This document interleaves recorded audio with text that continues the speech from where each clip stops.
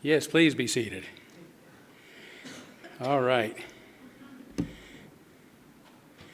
Well, good morning, everybody, and welcome to the Unitarian Universalist Church of Spokane. It's great to have some visitors because you actually add some bodies to our after holiday attendance today. So thank you so much for visiting. You can spread out. You know, it doesn't matter.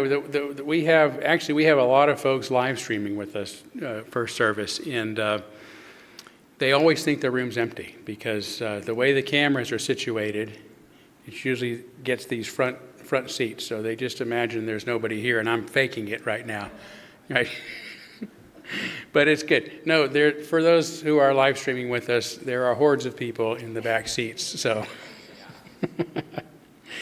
All right, well, I always like to start off by formally welcoming everyone to the church as usual by stating what is our mission statement. We join together to create a nourishing, liberal religious home and to champion justice, diversity, and environmental stewardship in our wider world. Or as we say in short around here, to create community, find meaning, and work for justice.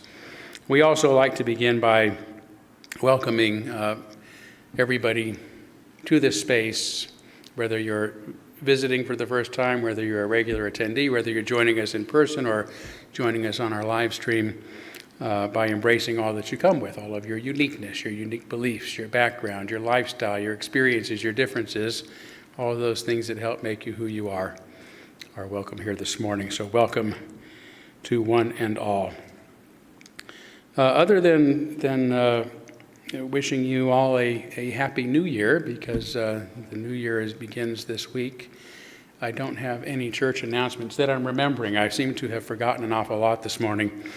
But so what that means is now that you're all sitting and you're very comfortable, you've got your coffee, you've found a good place to rest, you can now stand up and walk around and greet one another. Although I would suggest that the few of you that are in the room who are not visiting, that are regular, just approach our visitors and introduce yourself so they don't have to walk as far. So please greet one another this morning.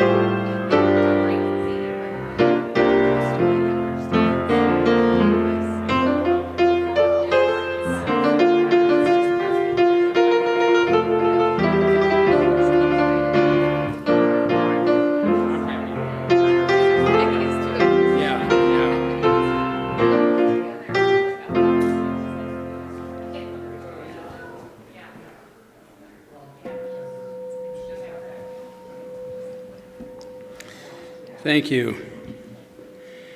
That's always kind of a rude part of our service because I have to interrupt you. First I interrupt your comfort, and then I have to interrupt you to get comfortable again. But nevertheless, we enjoy talking with one another. And there's more opportunity to visit during our social period following the service. There's coffee and whatnot in the back, so help yourselves to that. But We're going to move forward now by lighting our chalice, which is the symbol of our unity and our solidarity, of our openness and our inclusion, of our community and our individual uniqueness. May this small flame be our offering of warmth to those who are cold and alone, and a light to those in darkness. May it be a flame that ignites justice in our world and a beacon of hope to those in need, and may it reflect at least a spark of truth wherever truth has been lost, and cast a healthy shadow of doubt wherever it's been found.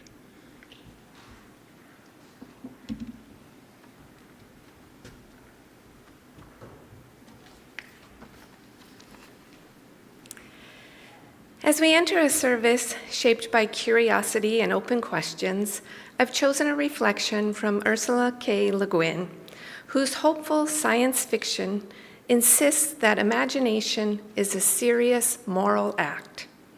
In looking toward the future, she asks us to consider not just what we can build or invent, but what kind of humanity we hope to carry forward. If a spaceship came by from the friendly natives of the fourth planet of Altair, and the polite captain of the spaceship said, "We have room for one passenger. Will you spare us a single human being so that we may converse at leisure during the long trip back to Altair and learn from an exemplary person the nature of the race?" I suppose what most people would want to do is provide them with a fine, bright, brave young man, highly educated and in peak physical condition. There would surely be hundreds, thousands of volunteers, just such young men, all worthy. But I would not pick any of them. Nor would I pick any of the young women who would volunteer, some out of magnanimity and intellectual courage, others out of a profound conviction that Altair couldn't possibly be any worse for a woman than Earth is. What I would do is go down to the local Woolworths or the local village marketplace and pick an old woman, over 60, from behind the costume jewelry counter or the beetle nut booth. Her hair would not be red or blonde or lustrous dark. Her skin would not be dewy fresh. She would not have the secret of eternal youth.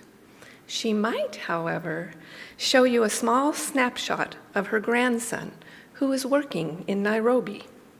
She is a bit vague about where Nairobi is, but is extremely proud of the grandson. She has worked hard at small, unimportant jobs all her life, jobs like cooking, cleaning, bringing up kids, selling little objects of adornment or pleasure to other people. The trouble is, she will be very reluctant to volunteer. What would an old woman like me do on Altair, she'll say? You ought to send one of those scientist men. They can talk to those funny-looking green people. Maybe Dr. Kissinger should go. What about sending the shaman? It will be very hard to explain to her that we want her to go because only a person who has experienced, accepted, and acted the entire human condition, the essential quality of which is change, can fairly represent humanity. Me, she'll say, just a trifle slyly, but I never did anything. But it won't wash. She knows, though she won't admit it, that Dr. Kissinger has not gone and will never go where she has gone, that the scientists and the shamans have not done what she has done. And so, into the spaceship, Granny.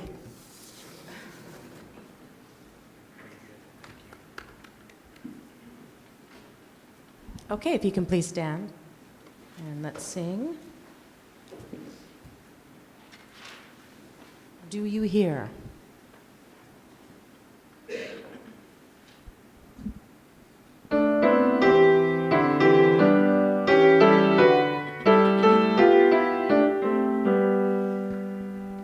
Do you hear, oh my friend, in the place where you stand, through the sky, through the land?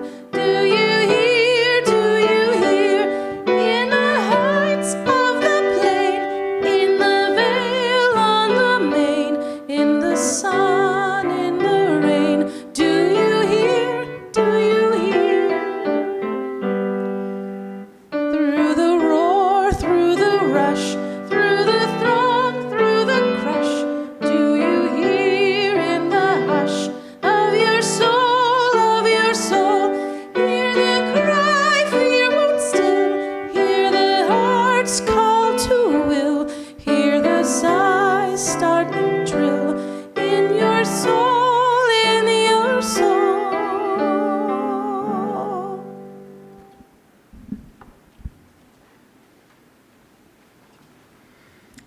Right, we're now going to kindle our candles of care for those who are most on our hearts and minds this morning.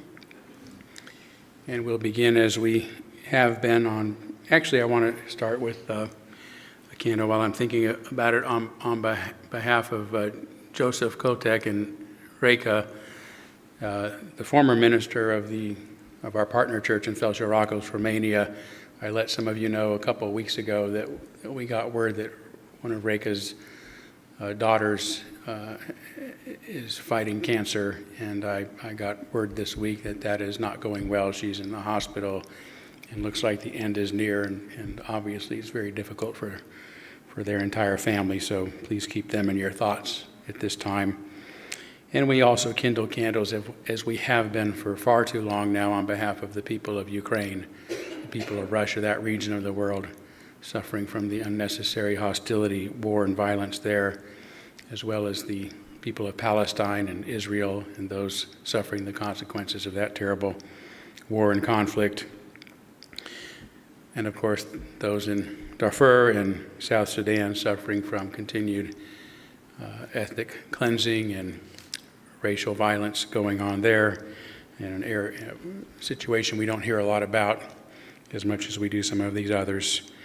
And then, of course, for the many immigrants in our country, be they here legally or illegally, so to speak, who are living in very frightening times. Let's take a moment of silence on behalf of others that you might be thinking of, and as always, you're welcome to name them aloud at this time if you'd like.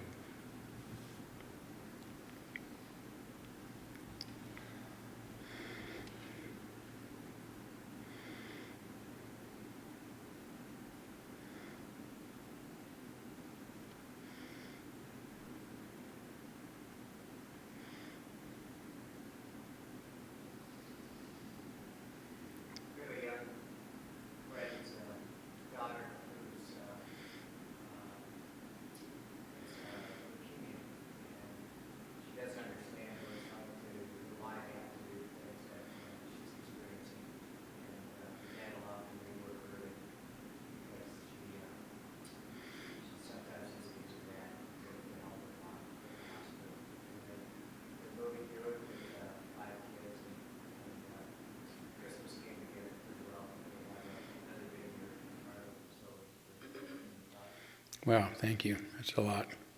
Appreciate it.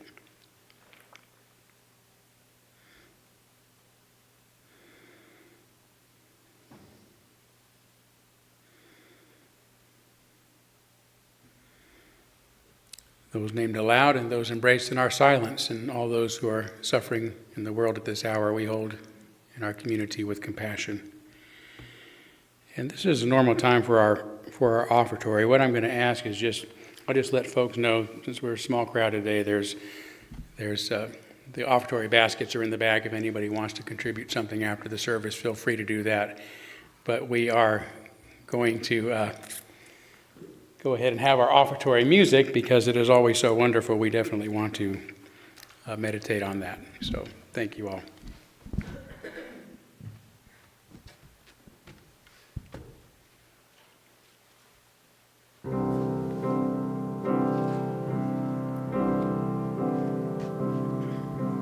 Yesterday, all my troubles seem so far away, and now I look as though they're here to stay. Oh, I believe in yesterday. Suddenly, I'm not half the man to be, and there's a shadow hanging over me. Oh, yesterday came suddenly.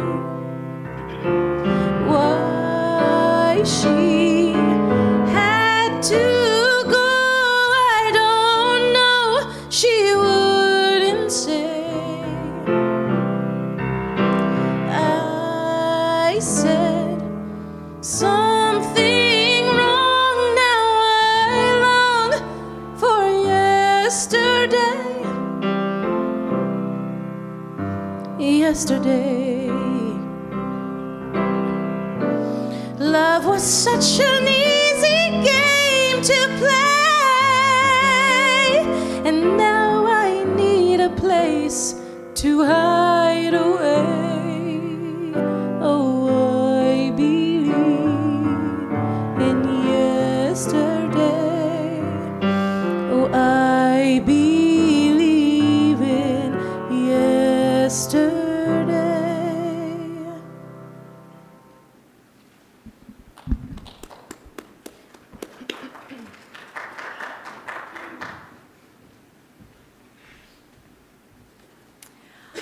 Right. We always have to follow up such great talent. Todd, you and I have our stories. For our Time for All Ages this morning, I've actually got some images, I think. There they are. All right. So given these images, these pieces of equipment, any guesses about what our story might be?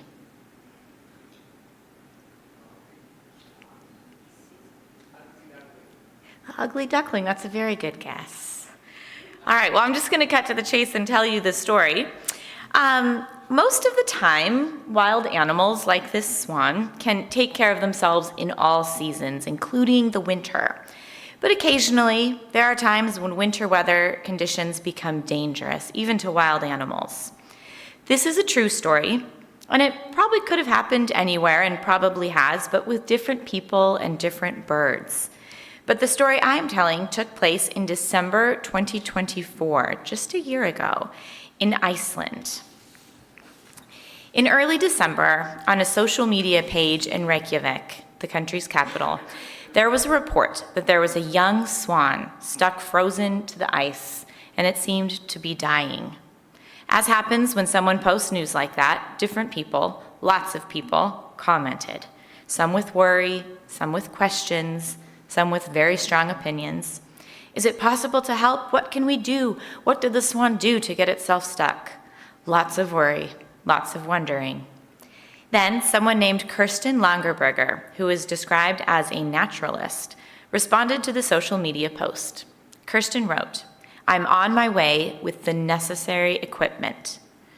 So what do you think the necessary equipment is to save a not fully grown swan who was frozen to the ice? A thermos full of hot water to melt the ice, to which the swan was stuck, and a surfboard in case the ice failed. The rescuers didn't want to fall into that cold, cold water. Kirsten brought one more thing. She brought a friend. Kirsten and her friend, with the help of the thermos and the backup surfboard, and probably a bunch of people cheering them on, were able to thaw and then free the swan, which, not too long after, flew away.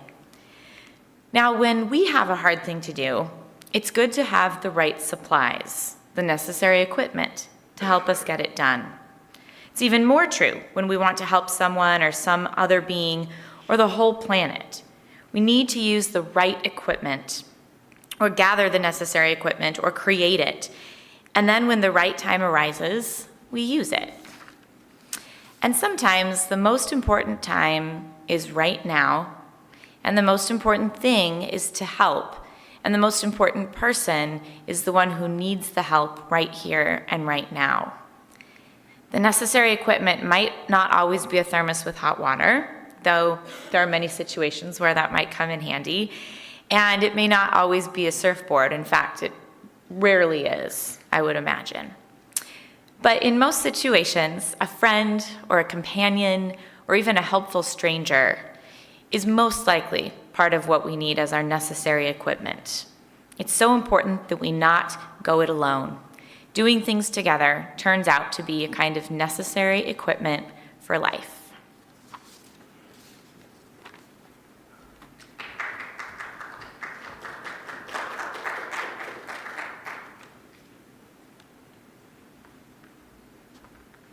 I got engrossed and I forgot I'm next.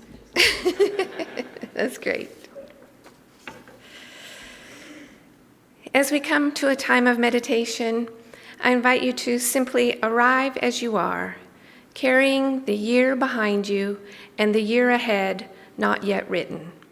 As we stand at this threshold, I offer these words, also from Ursula K. Le Guin, who reminds us that with imagination, attention, and care, we can be participants in shaping what comes next. To build a future, you must first believe that one is possible.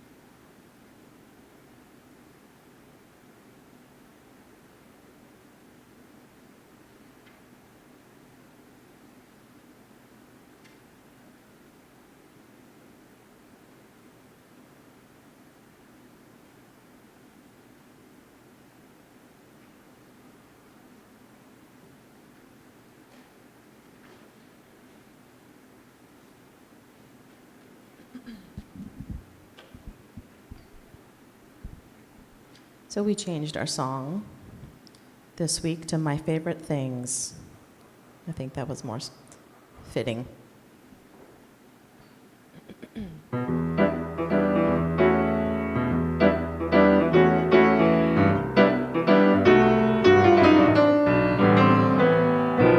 Raindrops on roses and whiskers on kittens, bright copper kettles and warm woolen mittens, brown paper packages tied up with strings.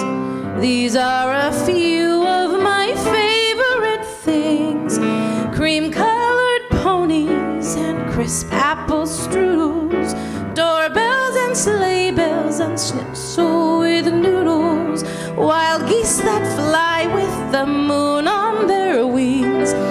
These are a few of my favorite things: girls in white dresses with blue satin sashes, snowflakes that stay on my nose and eyelashes, silver white winters that melt into springs.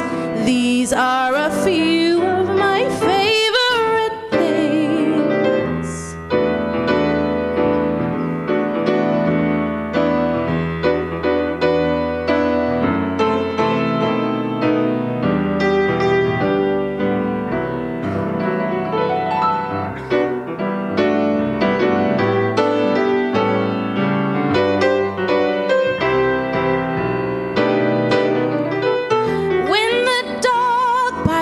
When the bee stings, when I'm feeling sad, I simply remember my favorite things, and then I don't feel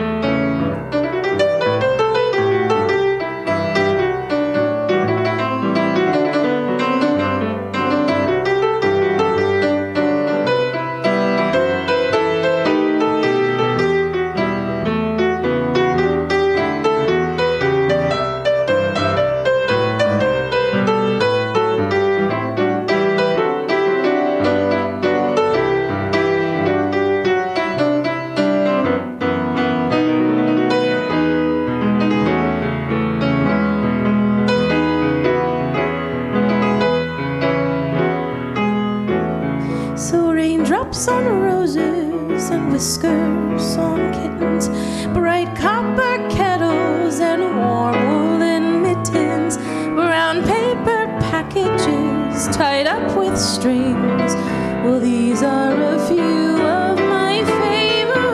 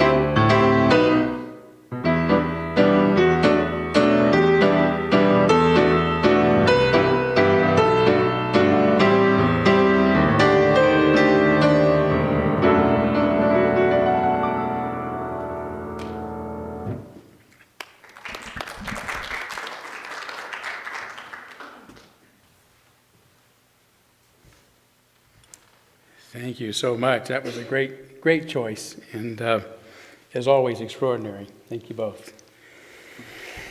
Yeah, so this is also an unusual service, somewhat unusual for us. About every couple of months, I like to do what I call conversations with Todd. It's not really a conversation, it's sort of a question-response period. But for those who may recall, there was a popular book series some years ago called Conversations with God, so I thought it'd be funny to have one called Conversations with Todd. Not that I'm getting the two confused, not that I, believe in one of them anyway, but I won't tell you which one. So it's just a time really to ask a question maybe about something I've said or something I've not said that you've been curious about. And of course, as our guest, you're welcome to. In fact, if you don't, maybe nobody will, because we're a pretty small audience here today.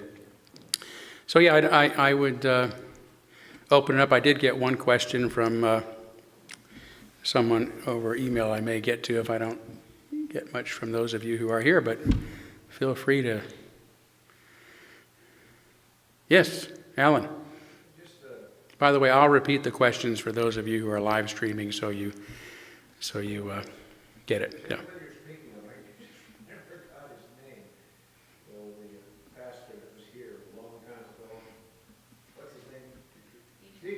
Oh, John Dietrich, yeah.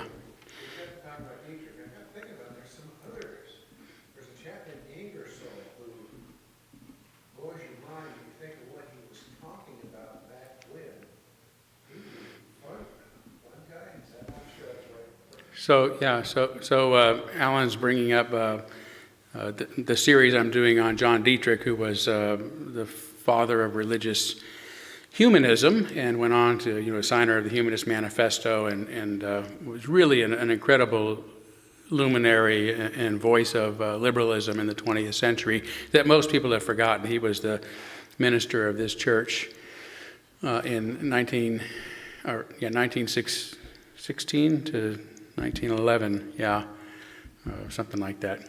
Anyway, that can't be right. 1911, backwards, right? 1911. I should know because of the 100-year thing. So that's what I did in my head real quickly. Yeah, 1911 to 1916, and he became a humanist here. This was an incredibly liberal congregation. It was founded in 1887.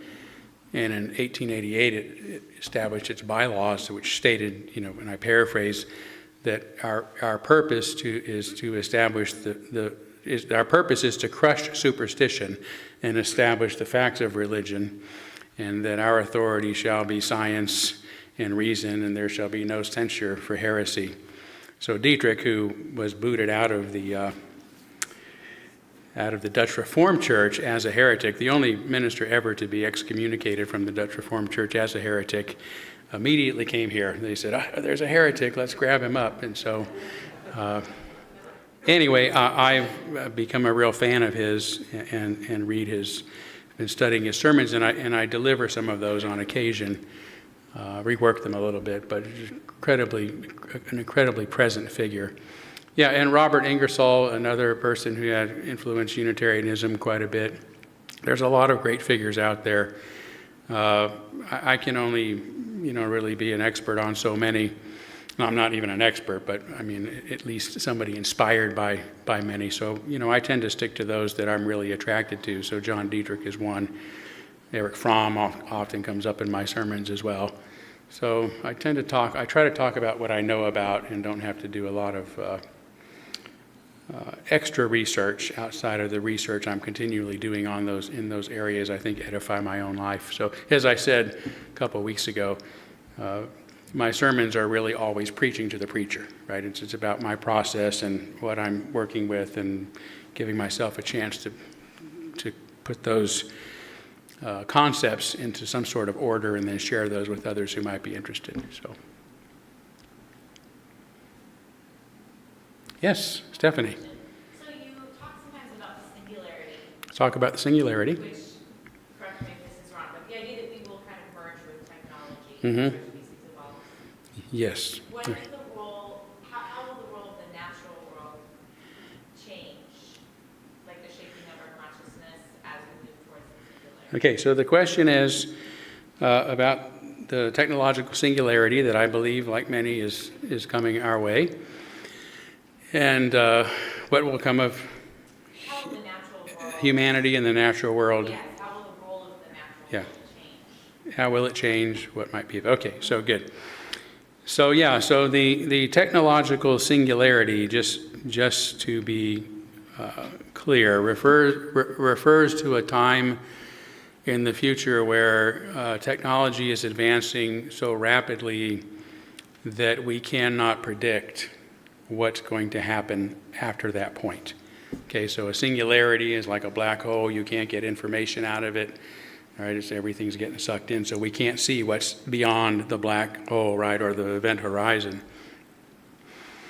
So that's why it's called a singularity.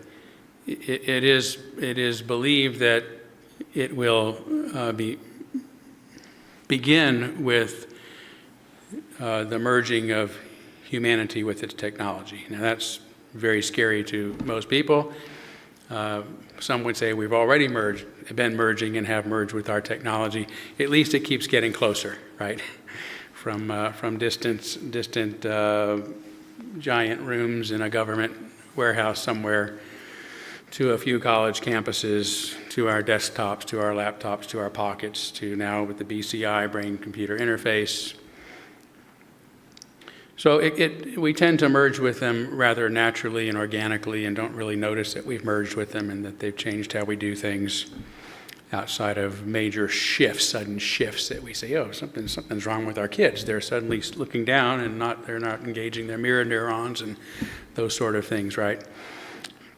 So the technological singularity is, yes, a time when we will merge with our machines, probably largely merge with the artificial intelligence that is coming online, and I'm guessing quantum computing in the next, maybe by the end of this decade, which will dramatically change intelligence. It'll make, as Michio Kaku says, it'll make artificial intelligence today look like the abacus. So imagine that kind of shift in just a few years, right? And what that means for us. So we don't know. We can't imagine really what it's going to be like.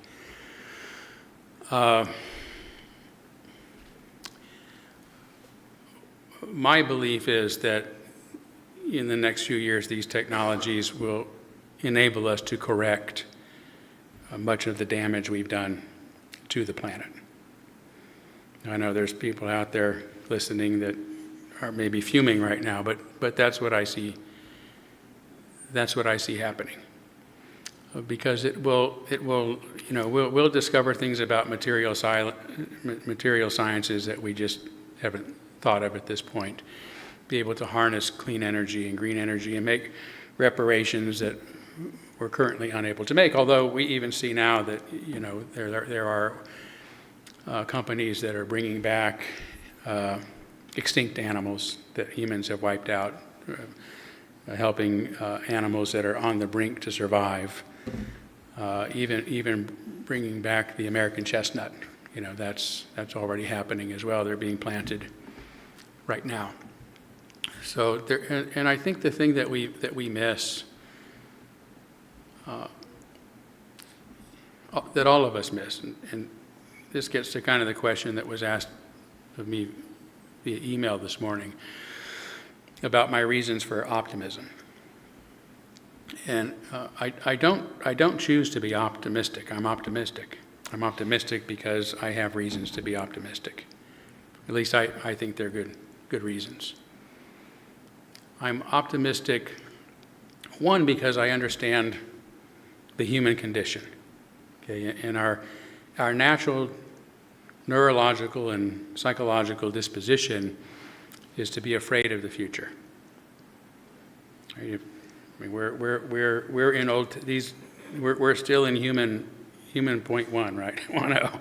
So we have bodies of creatures that had to fear being the victims of predation from other animals. If you look at most other animals that are bipedal, they only use their bipedal abilities when they're looking out for danger. Then they crouch back down and move forward slowly. Then they get back up. Look again. You ever see the meerkats, right?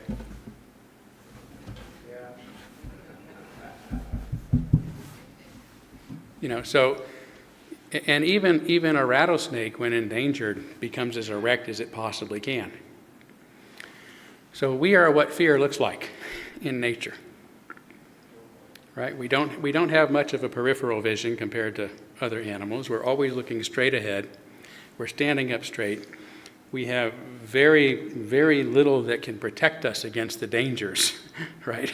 We're rather awkward. We're unstable compared to other animals. We don't have claws. We don't have fangs. And so we're in this body that is overly fearful. In fact, fear is not really an emotion in us. It is a neurological structure, right? We have the amygdala that's wired to the hippocampus, the sort of emotional center of the brain, and those amygdala are there to keep us vigilant, to keep us fearful of what's ahead.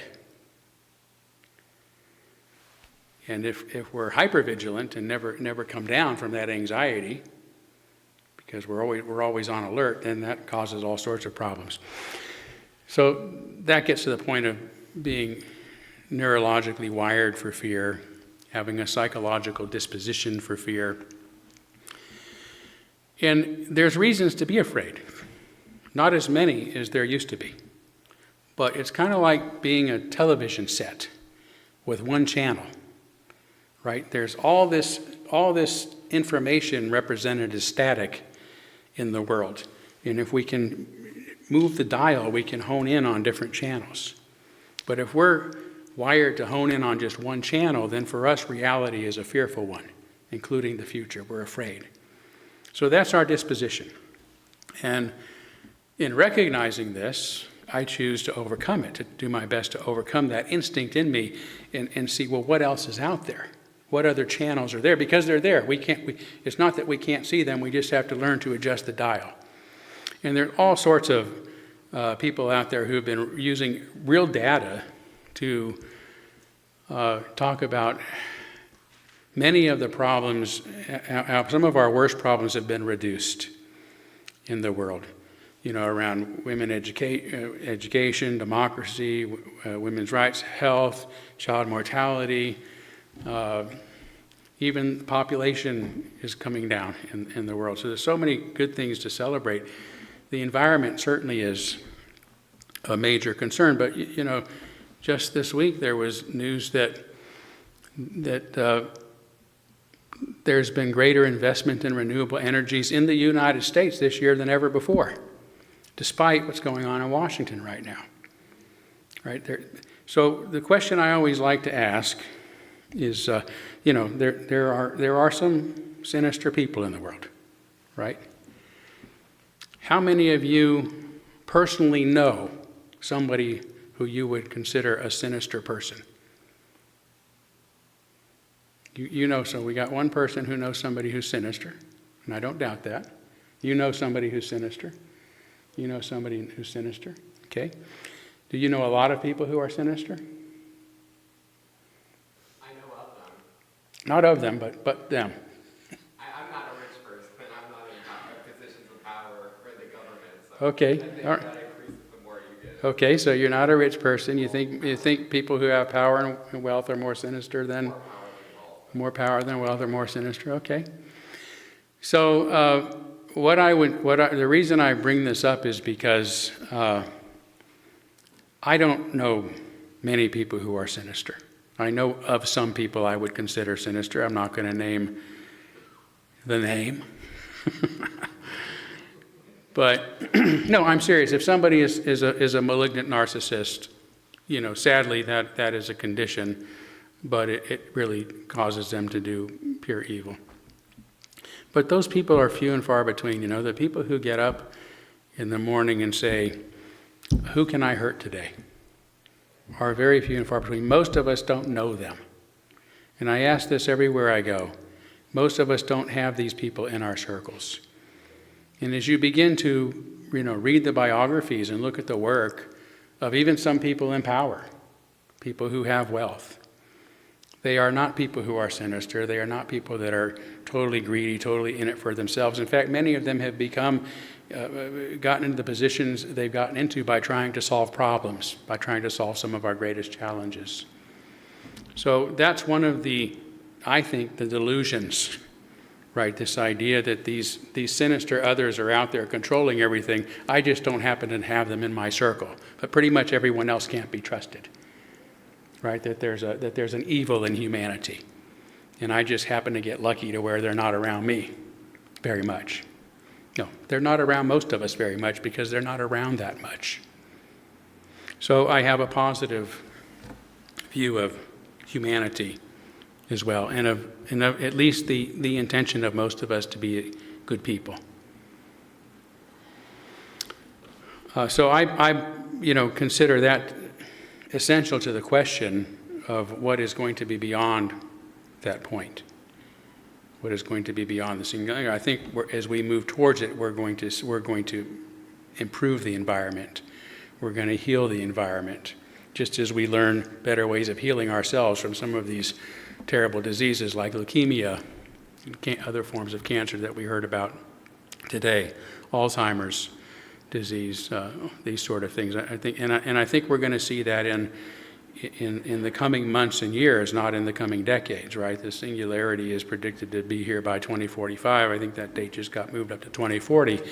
So we're looking at a period of exponential change between now and then. Now, having said that, not to do shameful self-promotion, but I've played with this question a lot lately, and it has resulted in an album I used AI to generate called 2045. That's the title of it. It's got 21 tracks on it. And you can listen to it on any music venue that you normally listen to. Just look up the band Blue Green Hum, all one word.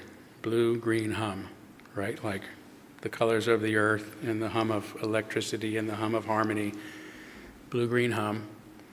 And it is one of 7 albums I have. It's called 2045. And that really plays with the question you're asking, imagining what's going to become of us?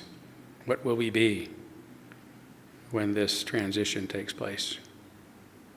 So it's not a great answer because beyond the singularity, I can't tell you, but I'm very positive and hopeful that things are going to improve. I'll be doing a sermon later this month based on a book I read called The Storm Before the Calm by a social scientist that predicts that what we're seeing, and actually predicted what we're seeing right now in the 2020s back in the 20-teens, to the point that is, scarily accurate. But also talks about what's going to happen in 2028, and that this is going to move us into a new era of prosperity, unlike something we've seen in many decades. So that's another book recommendation for you. The storm before the calm. Yeah.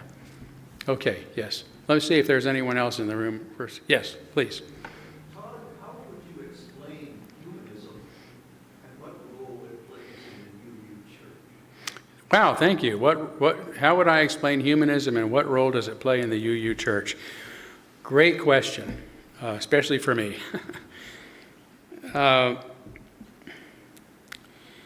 Humanism, I would say in short, is the belief in human agency and human goodness.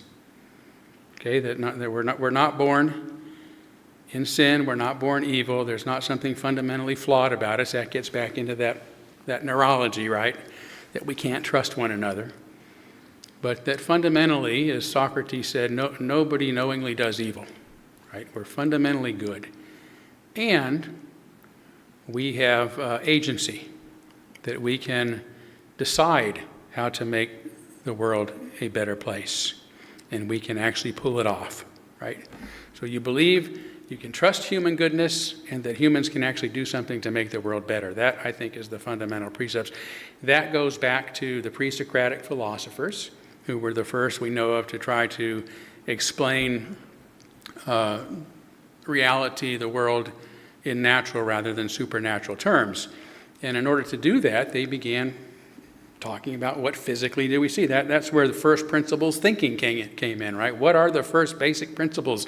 What do we know might exist? And boy, they discovered just about everything our scientists today discovered, only they got shut down really early on, right before the Dark Ages, and that stuff had to come back to us later on. But the Renaissance was a recognition of the pre-Socratics, and then the really remembering their ideas, rediscovering their ideas. That's what the renewal or the rediscovery means. And then those ideas began to flourish during the Enlightenment, during which formal humanism was born, or really towards the tail end of that. The early 20th century is when John Dietrich and others formulated what we generally think of as humanism, with a capital H, right, that was outlined in the Humanist Manifesto. But it was really the Renaissance where humanism, with a small h, was formed. They called it the Studia Humanitatis, the study of all of humanity, right? So they're coming out of an era where you were only allowed to study one thing, and anybody who disagreed would be silenced or put down or whatever the problem is. That's where all those religious wars came from.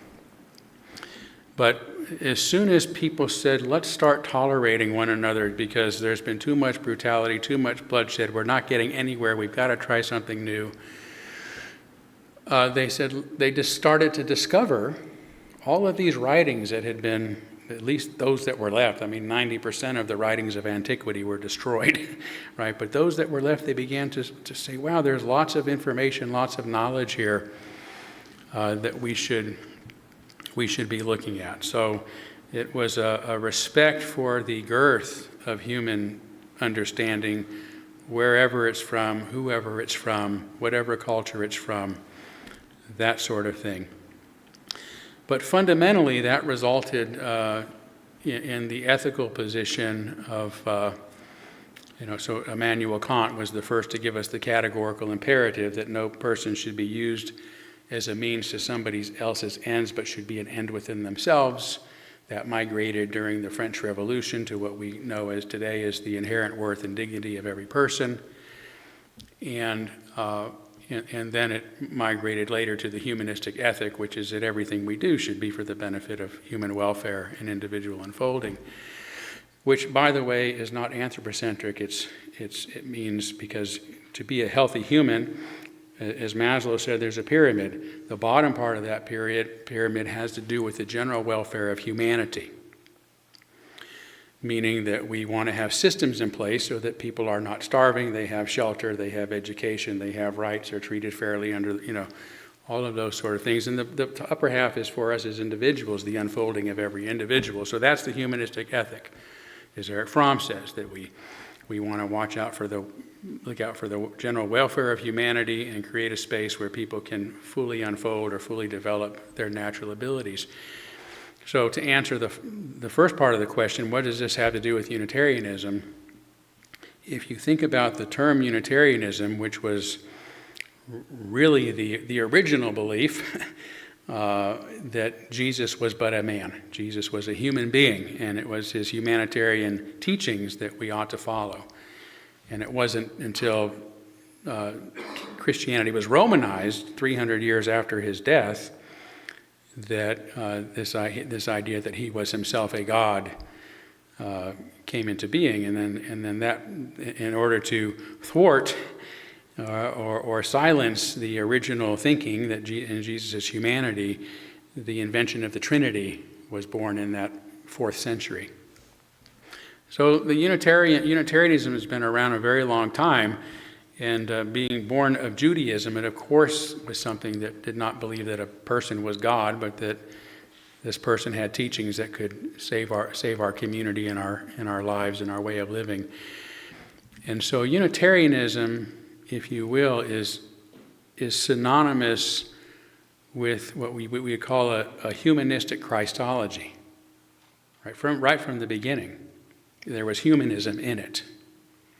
And so it was only natural that humanism would be born of Unitarianism and remain a large part of Unitarianism ever since. I mean, sadly, I would say I question whether that's true today amongst Unitarians. I think Unitarian Universalism, at least, has gone off the rails a bit. But to answer the question, that's what the values are. They go way back to the beginning of this idea that we should follow the teachings of this man because they would add to human society and to individual life. And that was just Unitarianism to me is just another word for humanism in that respect. So let's see, we got maybe room for one more. Yes? It was like a bunch of other dumb tourists who got off the bus in a town called Todd. And I knew nothing about the church I was about to walk into, just something that was on the tour list. But a rather significant document signed, which has a great bearing on the history of the Unitarian Church. Could you elaborate on? Yeah, so you were visiting what is today Romania and Torda, and you saw where the Edict of Torda was signed in 1568. But I began to realize the implications of where I was standing and what the document was about. You didn't know at the time? No, I wasn't like any other dumb tourist getting off the bus. Right, okay, a dumb tourist who got off the bus and then later realized. So you didn't take a picture. You didn't take a picture.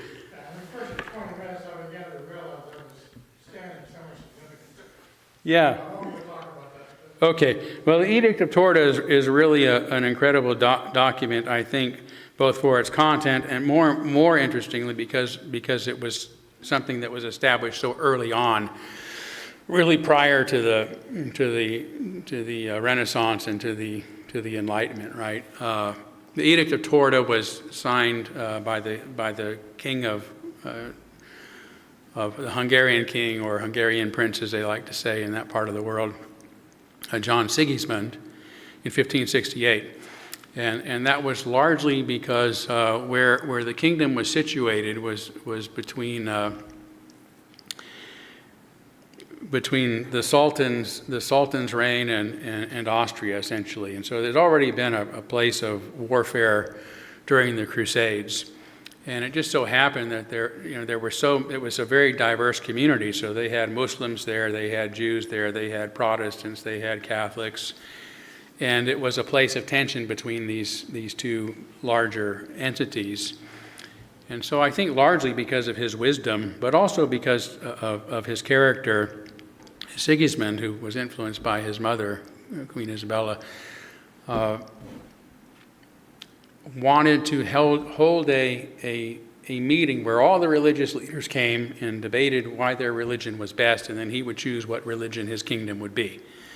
And wisely he chose Unitarianism because Unitarianism was the one that wanted to tolerate everyone else's religion, right? So I don't think it was so much that he listened to Ferenc David and said that the preacher, the Unitarian preacher, and said, "Oh, I'm convinced." I think it was more probably something that he realized he was going to do well in advance of the Diet of Torda.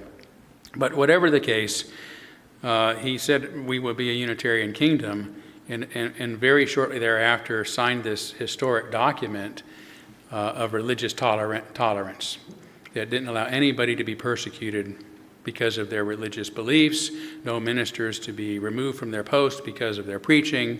It was extraordinary.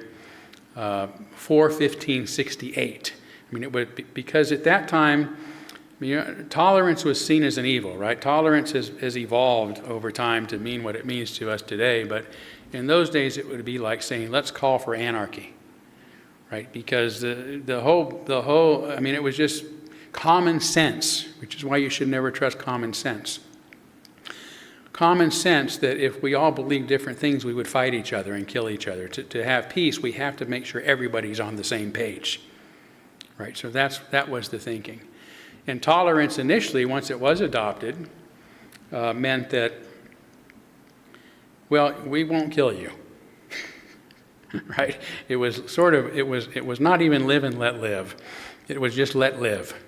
And so you had these communities that were terribly discriminatory against those who were not part of the dominant religion. They had to live in certain neighborhoods. They didn't have certain rights. They couldn't have churches in the cities. It was really discriminatory. Couldn't marry people of other faiths, that sort of thing. So all that evolved over time to where we think of it today as, hopefully we think of it today. Some people still don't clearly. But no, tolerance means that we get to openly disagree. By the way, tolerance doesn't mean that I can't say what people disagree with. It means I can say what people disagree with. And I still get to live next door to you. And I still get to drive on the same streets and work in the same places and go to the same schools. So now this was very short-lived. Unfortunately, Sigismund had a carriage accident and died 3 years later. The Catholics were given control of the city, and they created an anti-innovation law. Can you imagine this? Anti-innovation. That, well, everybody who was protected under the law, we'll let them alone, but there's no innovative thinking going on. And in fact, Ferenc David innovated on his thinking, and he was put in a dungeon and died 6 months later. So it was a very short-lived experiment that would not be something that really was expressed in societies again until the Enlightenment, right, a couple hundred years later. So the Unitarians were way ahead on the significance of tolerance. All right, so I think we're probably at our limit here. So great questions. Thank you all so much for your participation. And yeah, what do we do here? What are we doing? We're singing? We're going to sing. Yeah. Sing again. Yeah, good. Oh, good. Though I may speak with bravest fire. Oh, yeah, this is a great one. Yeah.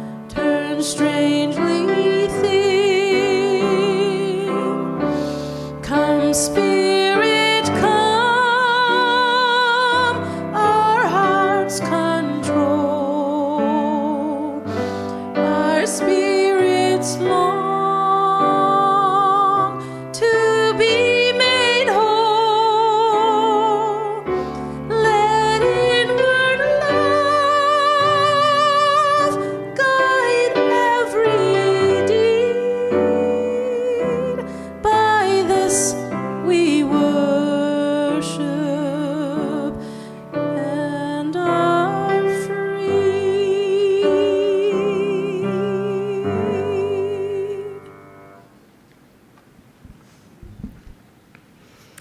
Our benediction today is from author N.K. Jemisin, a clear, contemporary voice in science fiction and fantasy, unsentimental, justice-minded, and deeply committed to human agency. You can't make a better world for people, only with people.